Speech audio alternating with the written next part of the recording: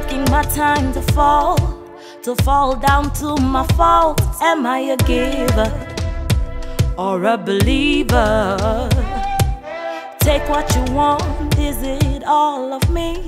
Is it all that you see? Welcome back to my YouTube channel. My name is Perseverance Maremeni, also known as Madam Speaker. If you're joining for the first time, you are most definitely welcome. And if you're returning, I really appreciate the love and support that you guys are showing me now. Don't forget to hit that subscribe button, like, comment, share, and do all of the stuff that people on YouTube do. So today, we have a special guest, okay? We're gonna do things a little different today compared to all the other days because somebody decided that, listen, you're not gonna go do the women's conference without us having to know you, get to know you better, all the do's and don'ts and whatever, not, I don't know, why are you laughing?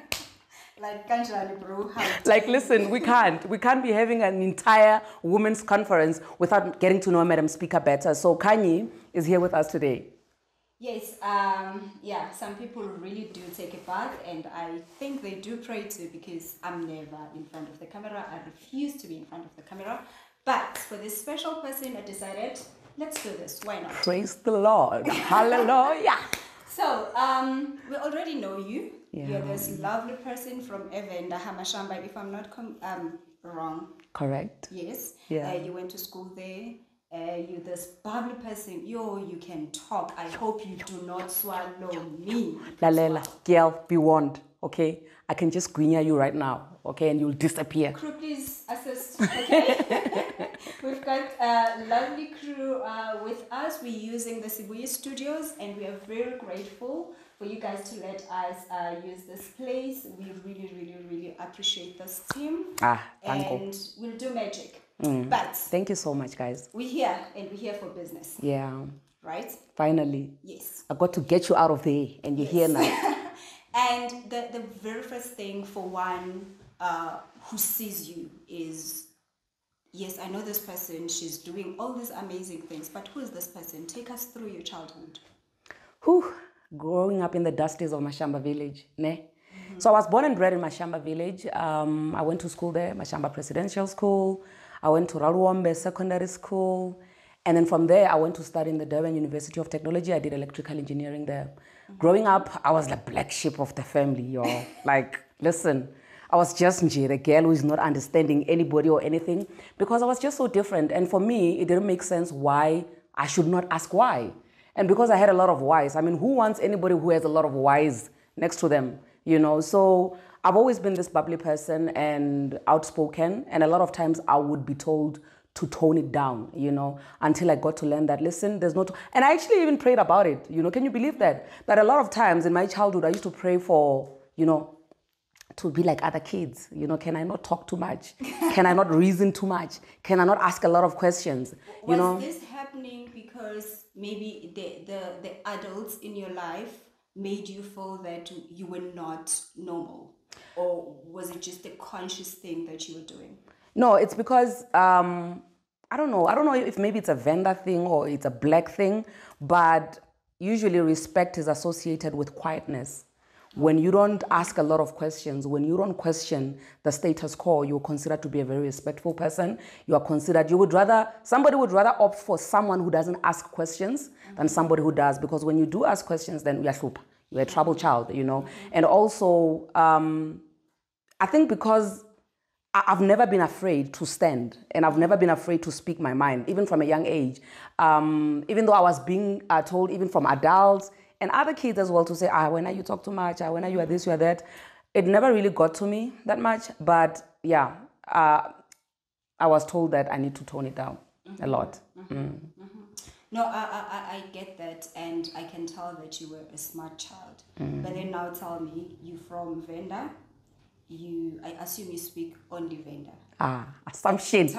Assumption. Oh, right? okay. Yes, at the time. Okay. Why decide to leave home and go to KZN?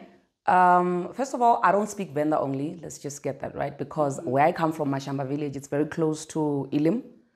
So I speak a lot of Tsonga. Like literally, you cannot clever me in Tsonga.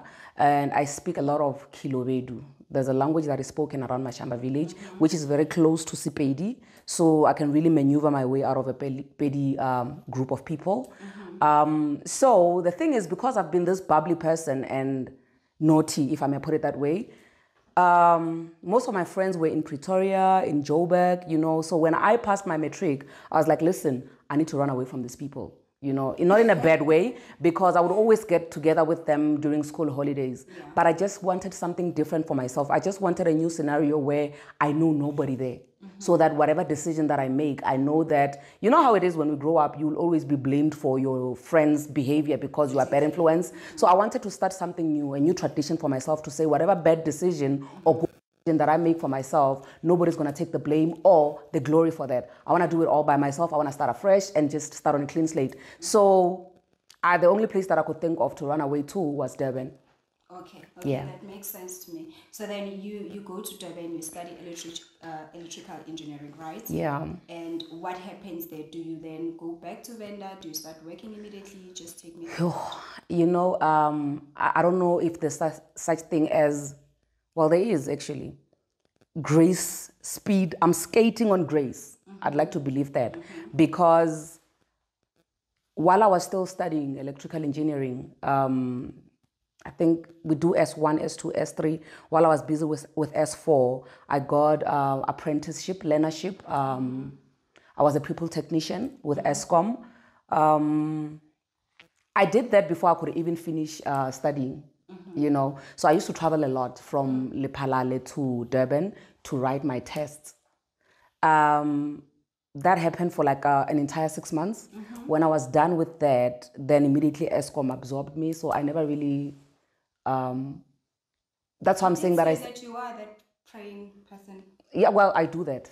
Yeah, I recommend. I recommend. I recommend prayer. So we've been a bit serious. We've got a picture of who you are, right? Yeah. Now it's my turn. Okay. Right. Let's switch this up. Okay. Right. We will play a game. Okay. My terms, my condition on your show. Wow. So let's switch things up. Okay. You have to choose one of these people as your husband. Sure. Yeah. Okay, let's choose a husband. Big Zulu. Oh. Maphorisa. Okay. Okay. Big Zulu or Maphorisa? You're only giving me 2 options? Yes. Give me more options. No. Okay, because it's your show. It's my terms. Yo. Well. Haibo. It's tricky. Why is it tricky? You need to choose one. Type yako. The thing is, I can't say much about Pori, yabo? And then Big Zulu is very traditional on the other hand, but if I had to choose or die, then I suppose... You have to choose one. I'm not letting you go on this one. I suppose I'd choose Big Zulu. Okay. So Big Zulu. Yeah. Well, I would. You know why? Only because of one reason. Because I'm a very dominant person. I'd like to believe, from a distance, from where I'm standing, right? I'd like to believe that maybe he can try, dominate me. At least to get, you know. Yes, Shem, you do need some taming. Don't go there. No, that's just... No. You know. Okay, we've got another one. Okay. Right. You like singing. Oof. Should we do this one? Singing. You like singing. Okay. Right? Okay. I'll sing something. I don't have to be on tune. Okay. You know, I can mess it up. All right. But you cannot. Okay. I'm not allowed to mess it up. No, you okay. can't. Okay. So I don't know because I've got a small voice and you've got a deep voice and I can't sing. Okay. So we will figure it out. Okay. Somehow. Okay. Right? There's a song you were singing just the other day. So we'll go Pagatela and then you continue. Okay. Right? Hopefully that's just an example. There is this one, this particular one that I want you to sing. Okay. But I'm thinking, do I want you to sing that one? Or do I want you to do Pagadelam because I've got something about Pagadelam coming? The thing is, I don't know the lyrics and you'll expose me, you see? Should I let you go on this one? On the Pagadelam? Yes. Yeah, the Pagadelam, I didn't rehearse the lyrics. I'm kidding. I don't know the lyrics to the song. Okay. So I'll let you go on this one. And then now let's get back to business, right? Okay. So you study, you move to KZN, you leave home, you do all these beautiful things. Yeah. And then you find this particular person, Mr. Mayor. Okay. Whom you thought was Iphakade lakho. Is that the reason why I had to sing Phakade Lam? Wow. Wow. That is low. That is low. Right? Okay. Ngitoha Nkosi yami. Bengifuna umsebenzi sithandwa sami. Yeah. So, yeah. I found a Phakade. Yeah, in Lephalale. You know. So you found Phakade lakho, right? And then on this day that was supposed to be your happiest day, something tragic happened. Yeah. Can you just take us through that day? What were the events of that day? Okay, so I chose to do a spring cleaning, ne? Okay. In my memory. So the exact dates, I've decided not to remember them. Okay. So I'll just refer to the year, but not the dates, okay? Yeah. So in 2013, this Phakade of mine that I had found in Lephalale decided, let me marry you, let me wife you. Let's go do the whole lobola thing at home. By then I had a 9-month-old baby girl, or Funwa. So when we went there, I was driving my car, he was driving some other car. And then after the whole lobola negotiation things, it was beautiful, it was nice. It was hideous, the prices, but yeah. After that, when we were supposed to now go back, he was like, okay, let's switch cars. Because the car that you're driving is a bit bigger, I have people, so I need to drop them off. And then you take the smaller car. So I took the car that he was driving, right? So on my way back, it was late at night, I think around 8 o'clock, on Matlala Road. I always use that road. I still use it even now. I had an accident. Yeah, I had an accident. I hit a donkey. And the car overturned 4 times. It was like I'm dreaming, you know, when it happened. And immediately after the car stopped, you know, I am running around looking, because in the car it was me, it was my daughter, and it was my cousin who was helping me take care of her, you know. So immediately after the accident, I'm now looking around to see where is everybody, what's happening, until I got help. People now started coming in, the ambulance started, like everything happened so fast. We managed to get assistance. Both my helper and my daughter were taken to hospital in Polokwane. So when we got there on the day, when they checked her, they found that she had a little fracture right here at the back of her skull. And that was basically it, you know. So I went to sleep with confidence to know that, okay, it's just a fracture. And it's a very tiny fracture. So she should be okay, you know. But because it's a fracture which is on the head, they had to put her in ICU.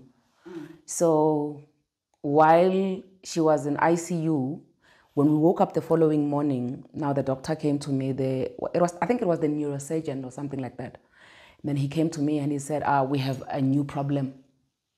The new problem is that the fracture, a very tiny one, actually pushed inwards, you know, inside the brain. So it is causing brain swelling. Okay, now what must happen when the brain is swelling? They're like, okay, now we're just gonna monitor her.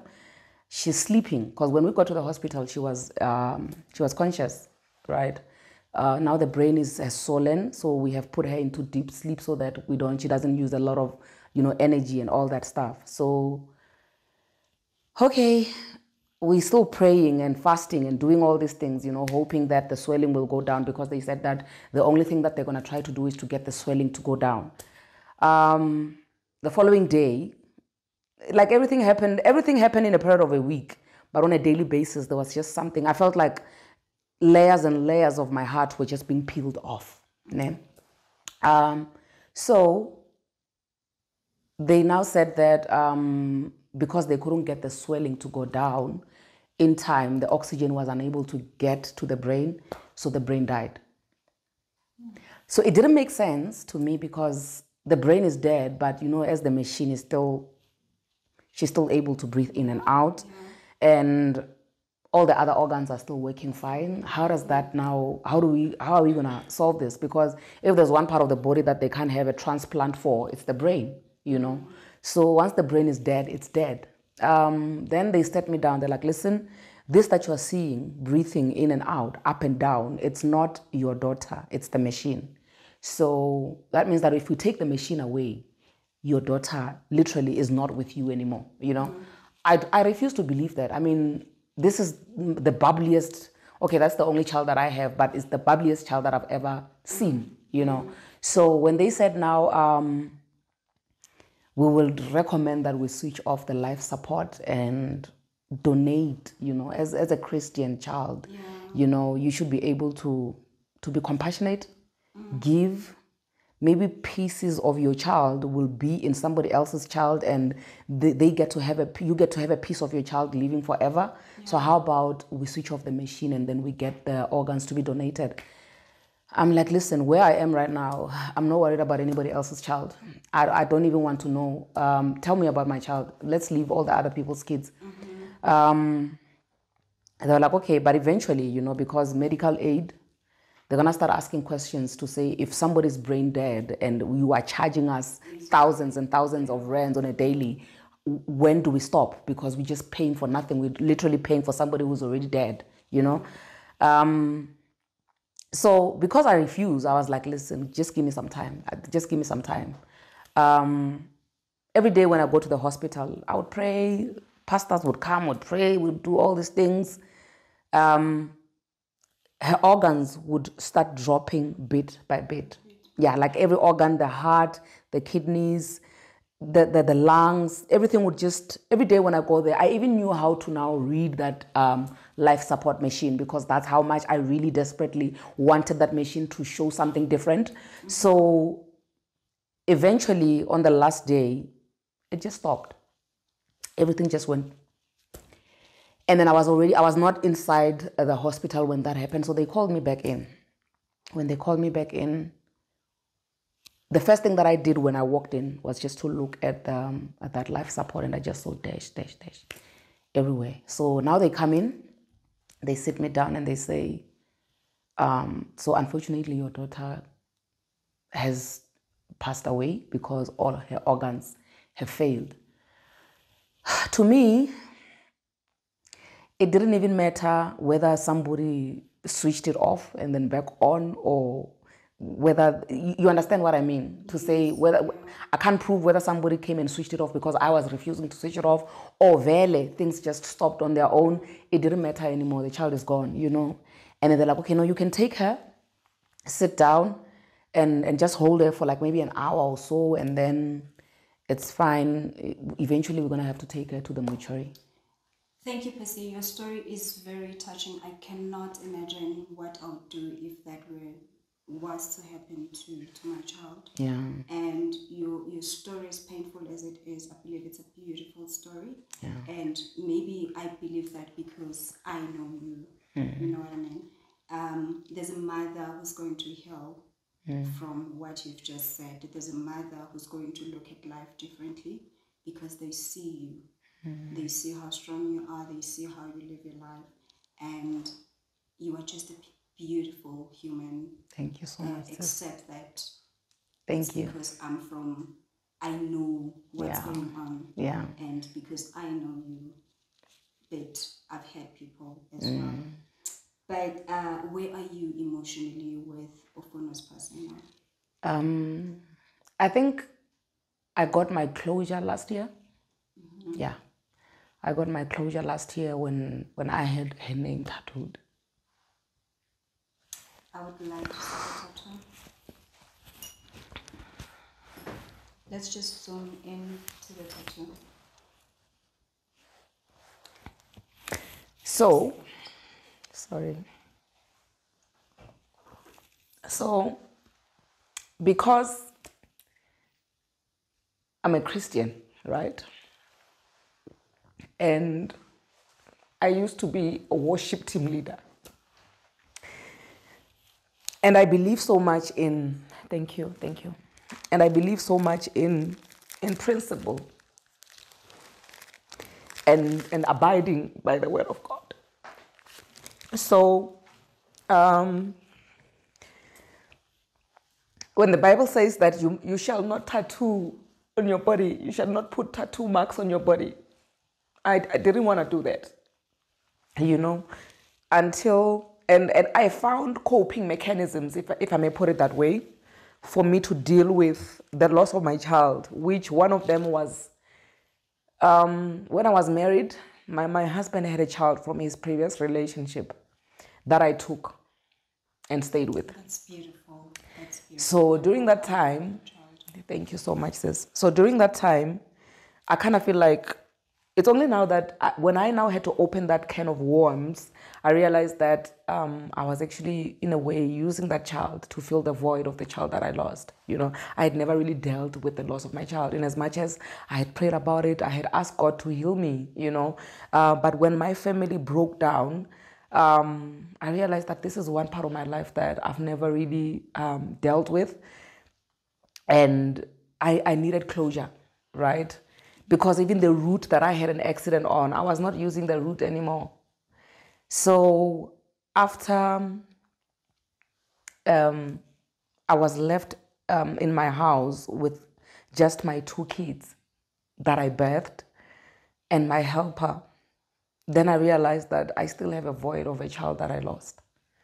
Because all the distraction that I had, which is my husband being there, his daughter being there, all his family members, because that town is his town, I had all these people keeping me busy and distracting me so much that I never really dealt with this pain, this particular part of my life. I never really dealt with it, until I went and I had the tattoo done.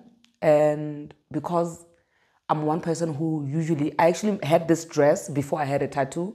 Most of my dresses are like that. I always leave my shoulders, So I was like, I want it on a part of my body where when people ask me about it, it's not going to be painful.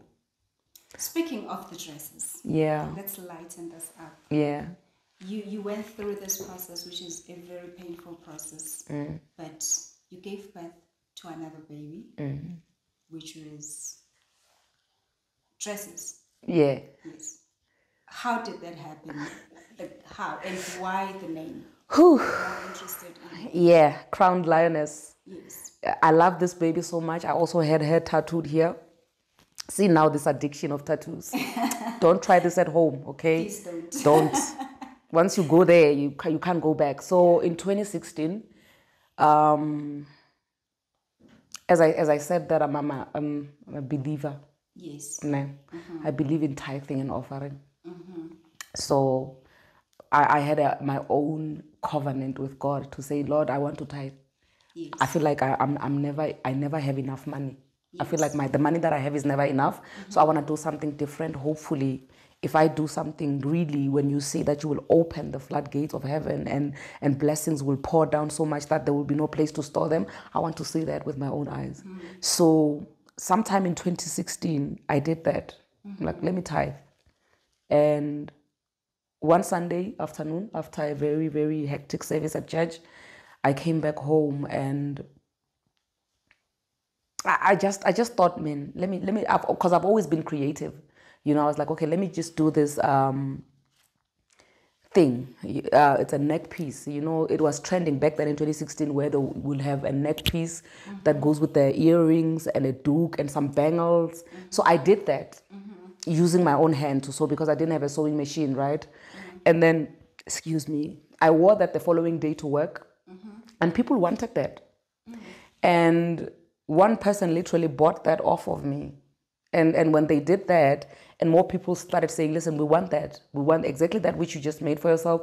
We want something like that. So I went home and I made that. But then on the third day, I realized that, it's too much work. I can't be doing this hand sewing thing. I have a day job. So let me go buy a sewing machine. So when I buy a sewing machine, me being a chancer that I am, like, listen, I'm a technical person, electrical engineering. There's no way I won't know how to operate this thing. Yeah. So I'm like, let me go buy a machine. I buy the machine. The machine is looking at me. I'm looking at the machine. I don't know how to operate it. So then I took it to some guy down the road, those people who usually work with fixing jeans and stuff.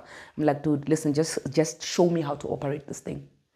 The guy didn't even take 10 minutes. It's like, okay, needle here, thread here, this here, that here, take it home. I took it home. I finished my orders for the day. And as days were going by, I was now starting to make money that I'm not used to. Like, I'm used to only one salary, Yeah. And then by the end of the week, money is coming in. Mm-hmm. Then another thing is, because I had a sewing machine now and I was operating it nicely, I got bored because I'm done with the orders. Now what must I do? Mm-hmm. Then I started tracing my dresses out because I had plenty of fabric. When people who are close to me started seeing me doing this thing, they started bringing those materials that they bought from. You know how there are people who are selling fabric, Yeah, you see it, you like it. You buy it. Mm-hmm. Then they started giving me that to say, listen, this is something for you to start doing whatever thing that you're doing. Mm-hmm. So I took that and then I started tracing it out and making dresses out of that. The very first dress that I made, I went to work. Somebody wanted it because the area where I was, the market was good because there was not a lot of people who make clothes. Are you telling me you cut the dress from scratch without going to school, without having studied before? Yeah, I think I don't want to take too much credit because the only school that I can say I went to is YouTube. How to. There's a lot of us who still can't do things. Even after doing how to. Even after how to. Yeah. That's amazing. So that's how Crowned Lioness was born. Yeah. Then how did you come up with the name? The name.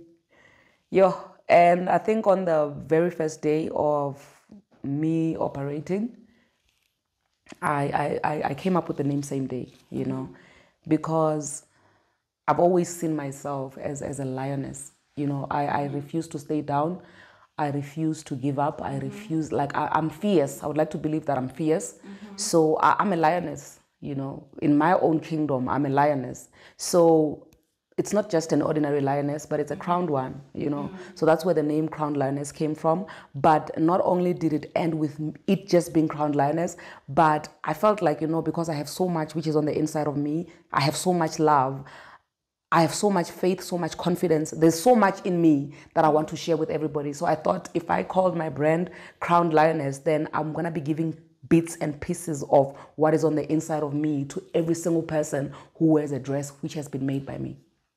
And it's working. Yeah. It is really working. Thank you. I don't know if I should continue with this interview right now because I feel like I feel overwhelmed. Okay. I have so much that has gotten into my system, and I really, really appreciate you asking me to do this. You are way bigger than what I had planned in my head. But let's not be heavy. Okay. Let's not be heavy. Let it be that phone call that we do every day. Okay. Right. Sure. So we have this thing. When I call you or you call me, we have a certain way of answering each other's calls. Yeah. So I'd call Pessy, for those of you who don't know, and she does not say hello. And because she has this big voice, so my phone would ring and she'll pick up and she'd say, Standra. So Sandra. Yes, Sandra. You know me. I know you. And I'm going to punish you if you get this wrong. Jehovah. What's my favorite color?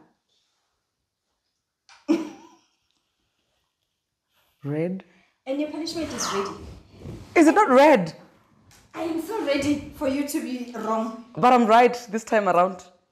What is my favorite color? Red. Second chance. But we never talk colors. There's something very close to it in this studio. Green. There's something very close to it in this studio, and it's not red, it's not green. Last chance. Sure. Sure. Color manure? No. No, not color manure. My friend, I don't want to punish you, but But you don't know my favorite color too. But I have to. So here we've got lemon. We have lemon and salt. Sure. And it's been soaking. So you need to take a slice.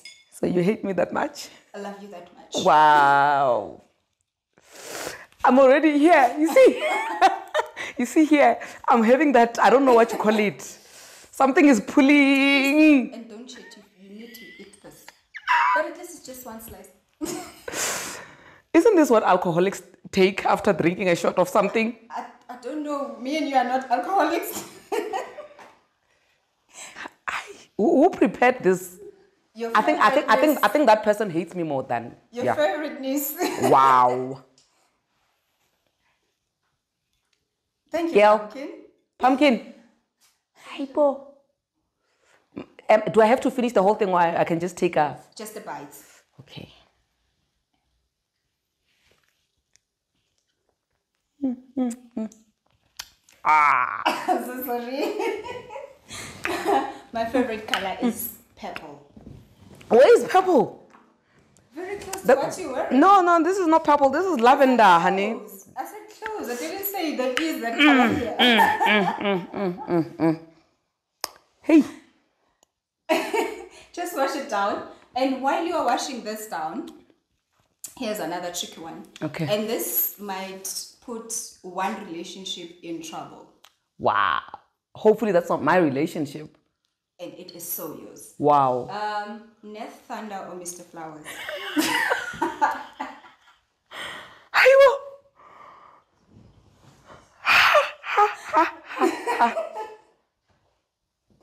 You have to keep one of those people. Neth Thunder or Mr. Flowers? Okay. Listen, guys, this is not personal. And also another thing. Don't explain. You see, this is serious. Fred, don't explain. Yo, Neth Thunder is staying, yes.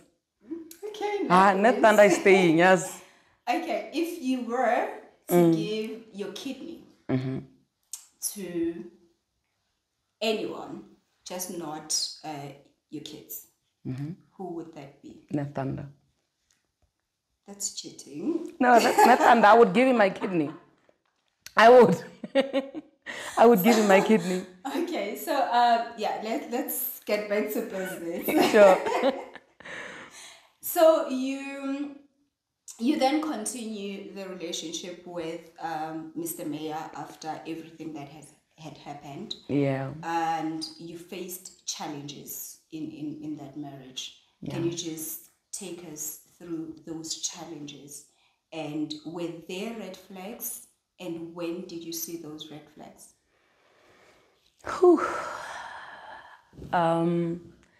First of all, red flags hit differently when you're Mzalwani than when you are not. Red flags when you're Mzalwani, it's the devil trying to tell you to throw away a good thing because the devil is a liar. So there's no red flags in my belief. Ne? Yeah. There's only the devil. So I suppose the red flags were there, like a whole lot of them that I just took and I was like, in the name of Jesus, you enemy of progress. Yeah, you know. Yeah, so red flags were there, a whole lot of them.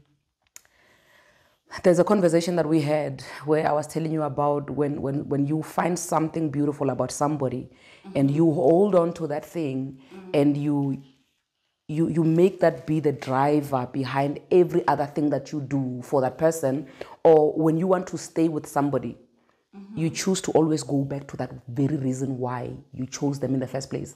I believe, I don't know if I'm making sense, right? But if you showed me love once, just once, if you gave me a lift once when I was stranded, if I allow you, you could easily ride on me for the rest of my life because you gave me a ride once. You could easily abuse me for the rest of my life because you gave me a ride once, right? You could make me pay for as long as I allow you, right? So the one thing about Mr. Mayor is that he's very kind. He is very kind. And I thank God for his heart, because he gave my son the same heart. My son has his father's heart. He's very kind. So in that kindness, I chose to overlook them. I faced a lot of financial abuse in my marriage. Yeah, that is one abuse that is underrated, that nobody cares about financial abuse. So I mean, that means that you have plenty. Once you cry about financial abuse, that means you have more where you're coming from. You should be beaten up for you to we need proof of abuse, you know. Not, don't show me bank statement, TransUnion. No, don't show me that. So I faced a lot of financial abuse. And because he was a kind-hearted person, one person who is very quick to apologize, is very quick to acknowledge his wrongs, but no repentance, no, I'll do better. Yes, I will do better, but there's no doing better, you see. When I met up with him, because he was somebody who was working, and I was working, I'm like, we can do something, you know. We'll get married. This marriage is even prophesied. It's declared, you know. The heavens above, underneath, everywhere. This marriage has been registered. So there's no way it can fail. And I see that there's a problem here, a big problem. And the problem is that this person knows nothing about handling his finances. And as a Proverbs 31 woman, I'm here for all of that. I'm going to make sure that I believe in this man, because he has a kind heart. And I'm going to help him with everything that I have to make sure that he gets out of that hole where he is in. Because we're going to build a home, me and him. Because this marriage is prophesied upon. You understand what I mean? So in the process of me getting him out of all of that debt, I managed to successfully do that in a period of 5 years. You know, I had set targets for myself. I don't know about him, but I always set targets. And I told myself that I'm never going to turn 30 without owning a house. And I made sure that when I turn 30, I have a house. But now, because I was married in community or property with this person, that means he is a load on my leg. I can't go anywhere without him. And I can't ditch him, you know. I can't drop him, because, I mean, for better, for worse, till death do us part. So that means whatever that I want to do, if I want to achieve anything, I have to put in twice the work, because I believe in this person and I believe that God placed him in my life for a reason, right? So I faced a lot of financial abuse. And on his end, it came across as, no, she's willing, she's capable, there's more. Wherever she's taking from, there's more. It was no longer that thing, Yauri. Well, she's I appreciate her helping me out. Now let me step up. There was never stepping up, you know. I literally took care of the household. I was drowning, you know. I was drowning. Excuse me. I think the last kick of a dying horse for us was after we had bought the house and his name was cleared and everything. When he went to buy a car, right? The car was under my name. I don't know if you people know this, but you can actually get a car under somebody's name as long as you guys are married. You talk, you agree, you do this. Like, a car is the easiest thing you can get, because it can always be taken back inside, right? But me and him, we had an agreement beforehand, because he said, listen, the car that we're driving is small. How about we get a bigger car? How about we do this, we do that?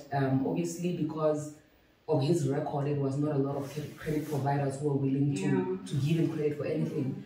And because on my end I was very responsible, then 90% of the things which had to be taken on credit, including the bond, was under my name, right?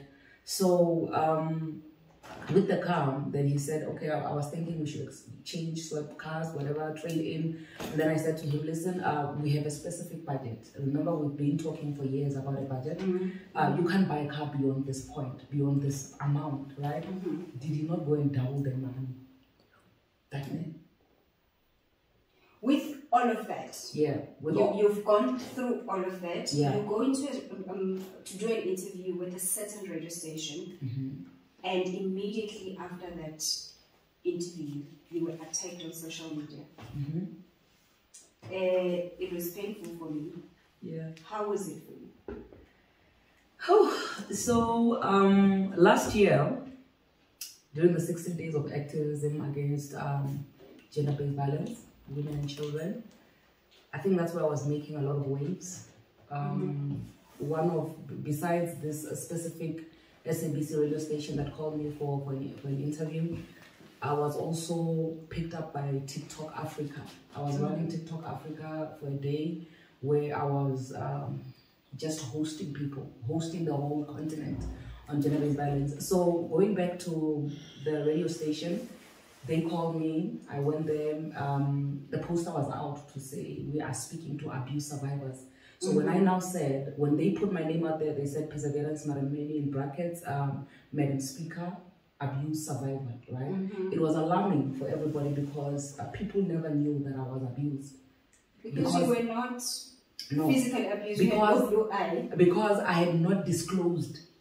I was very open about the divorce, but I had not disclosed the reason why I was getting divorced. So it was basically going to be me breaking the news to everybody who's been curious to know what caused the divorce, right?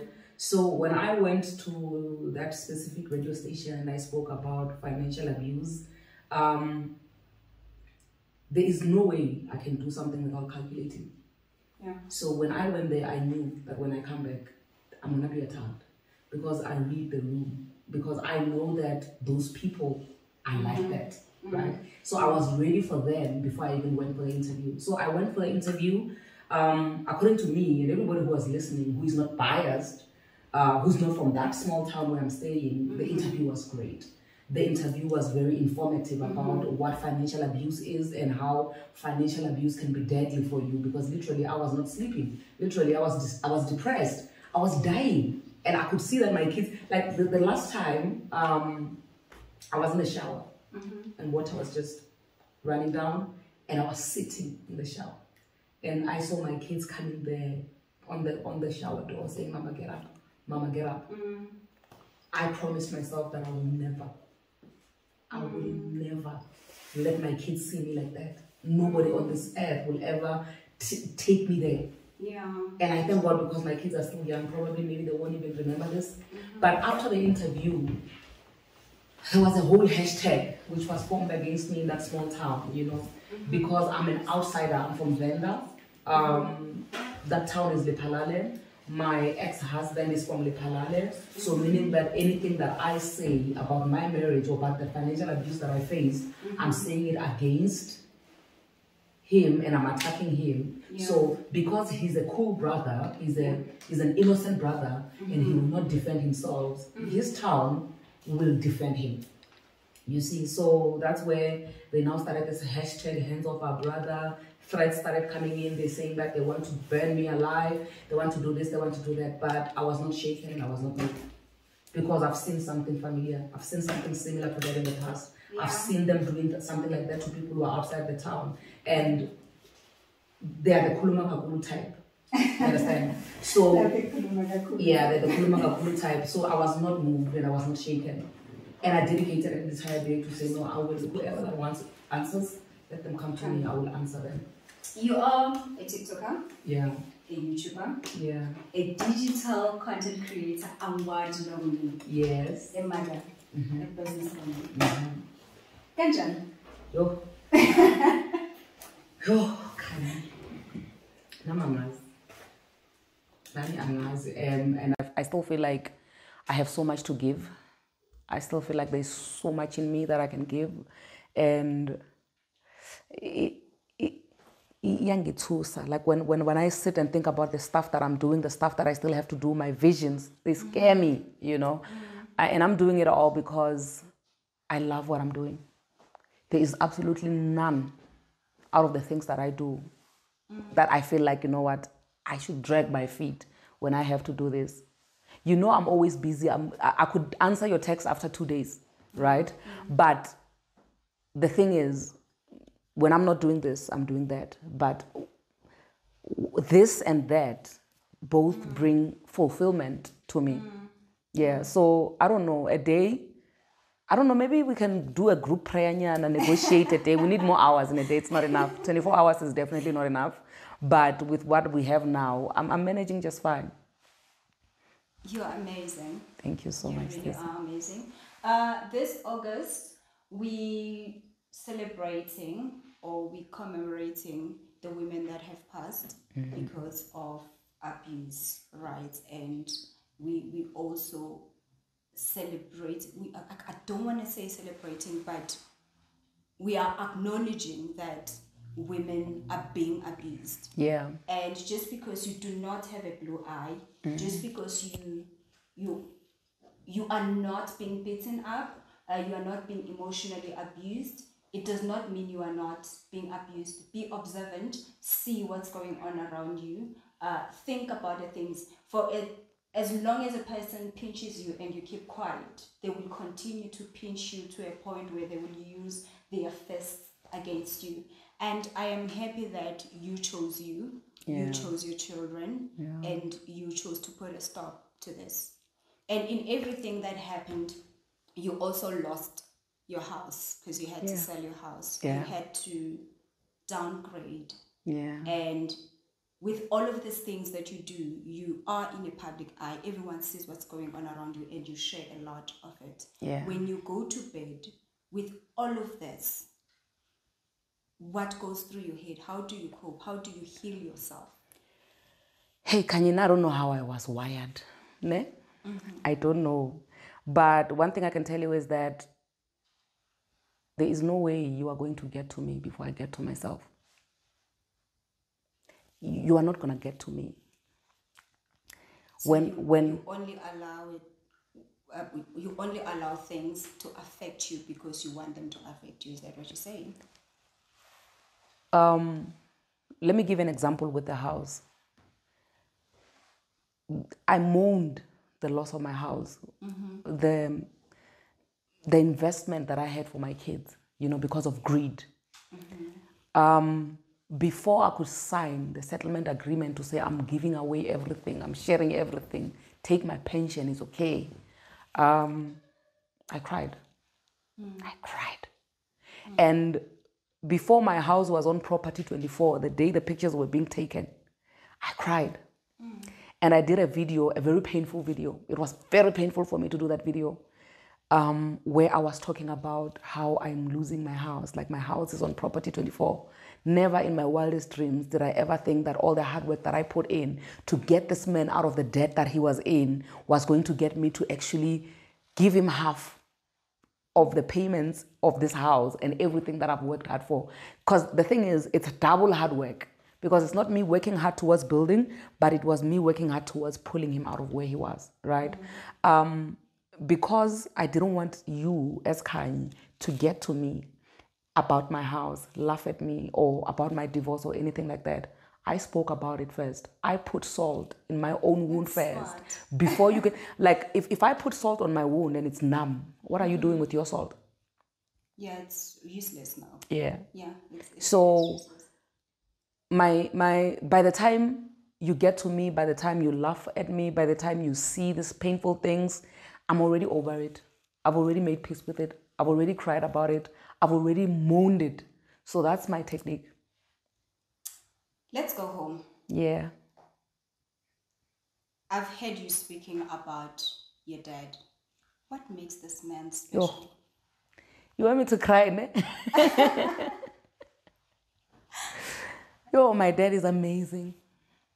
I don't know about him. Like, the way that I preach gospel, that sounds like I hate men. I don't know about him being a husband. But as a dad, bring all of your dads here.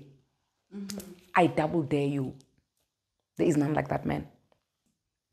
There are things that you could have said to me that made me feel better. There's counseling that I've been attending, but nothing gave me more comfort than my dad saying we. Instead of, my child, you'll be okay. No, you'll bounce back. No. We will overcome. It made me feel safe. It made me feel that, you know what, I have people. I am loved. You understand what I mean? So my dad is an exceptional man.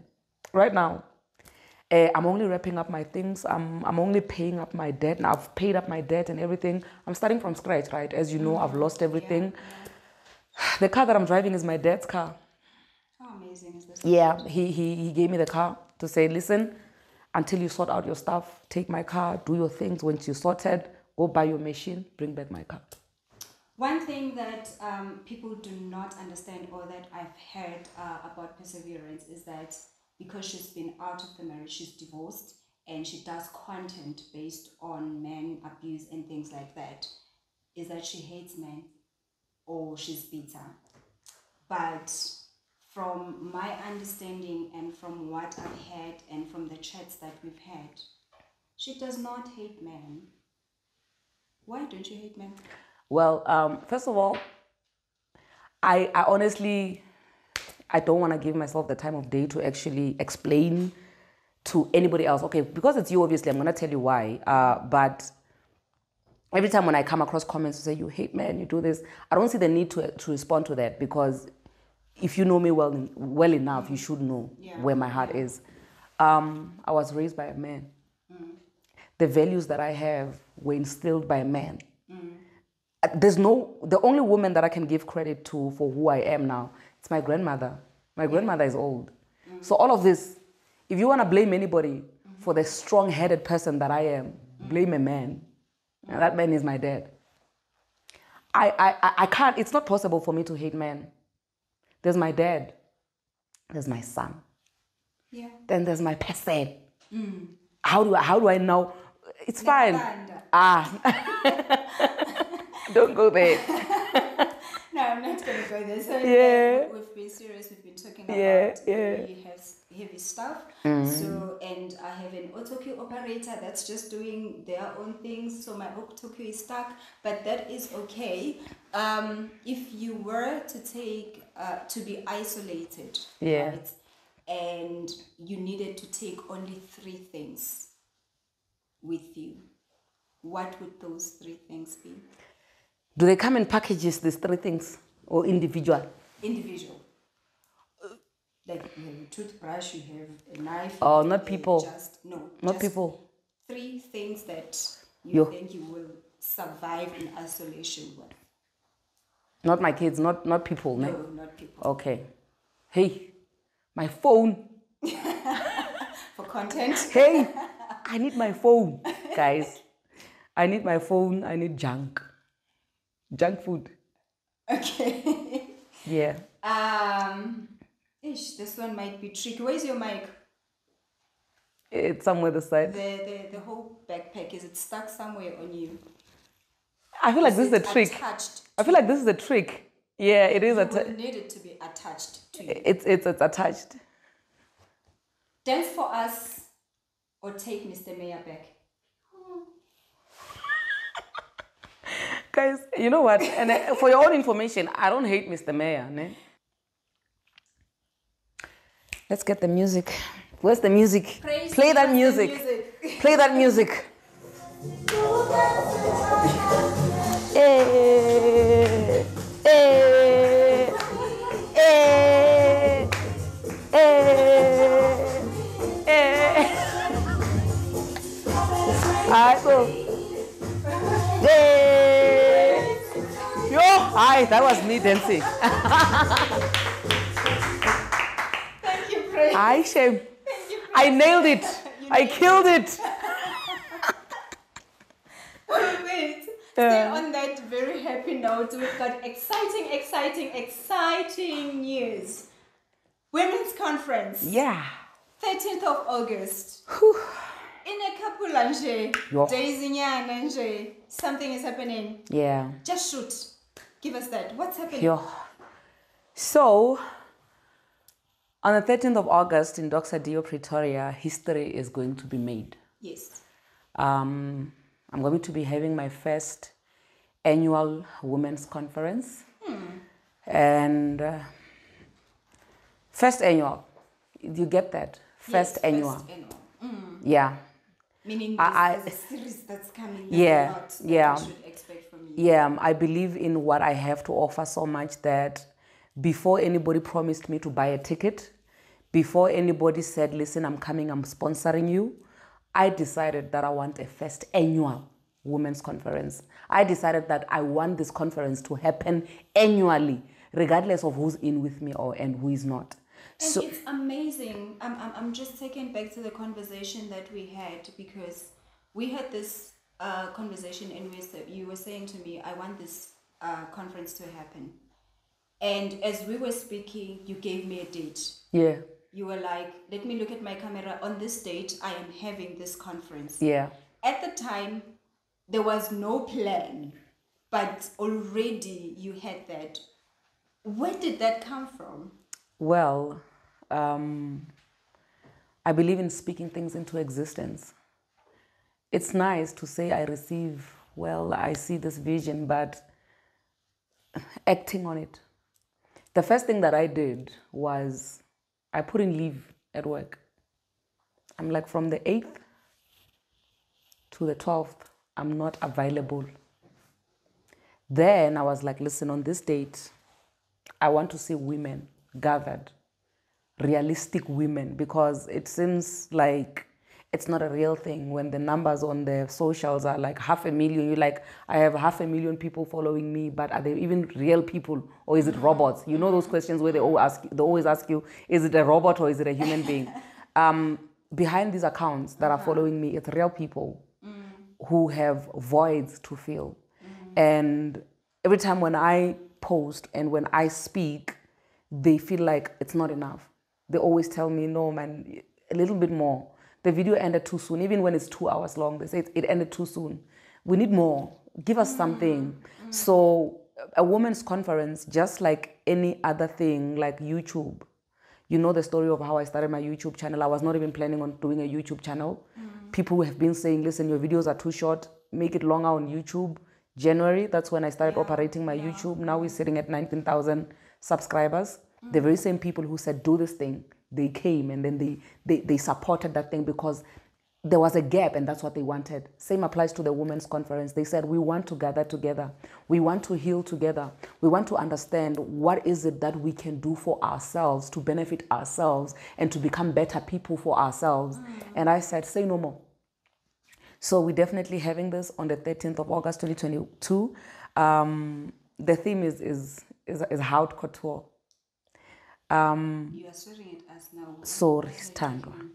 It's high fashion. We're not pushing people like it's a red carpet thing. French, yeah. Yes. Stando Sam. The significance of me having that is that we neglect ourselves so much as women.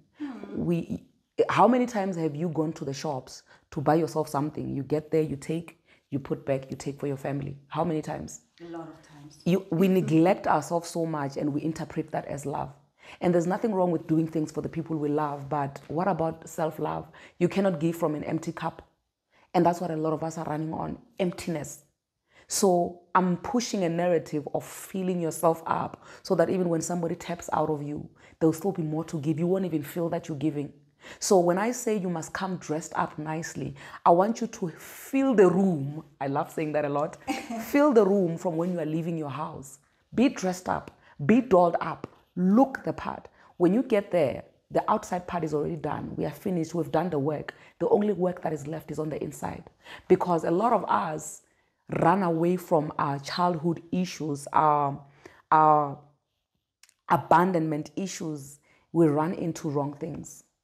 You have a void inside of you. Instead of you sitting down and saying, listen, I need to find a way to fulfill myself before I can even go and be somebody else's spouse, we run with that void and we want to be fulfilled by somebody else. We want somebody else to do the work of God in our lives. And when they don't do that, we run. When they don't do that, we get even depressed even more. The void gets bigger and bigger because we're expecting a human to do something supernatural and it's not possible. So what my vision for the women's conference is that focus on you, work on yourself, because when your well is dirty, you are of no use to the next person. You can't be giving from a dirty cup. You can't be giving from emptiness. So my mandate is that be fulfilled. Be so fulfilled that when you are sitting alone in a room and there's nobody else, you don't feel lonely. You are alone, but you are in good company with yourself. You are in good company with the Holy Spirit if you're a praying person. But the mandate that I'm pushing is that women be fulfilled. Self-love. The self-love that I'm talking about is something that it's fancy when we talk about it. Yeah. But now acting on it. The first step, how do you get there? First annual women's conference is me saying the change that I wanted to see, the things that I wish I was told, the truth which I was lied to about. I'm going to be that change that I want to see. I'm going to tell the truths that I wish somebody told me.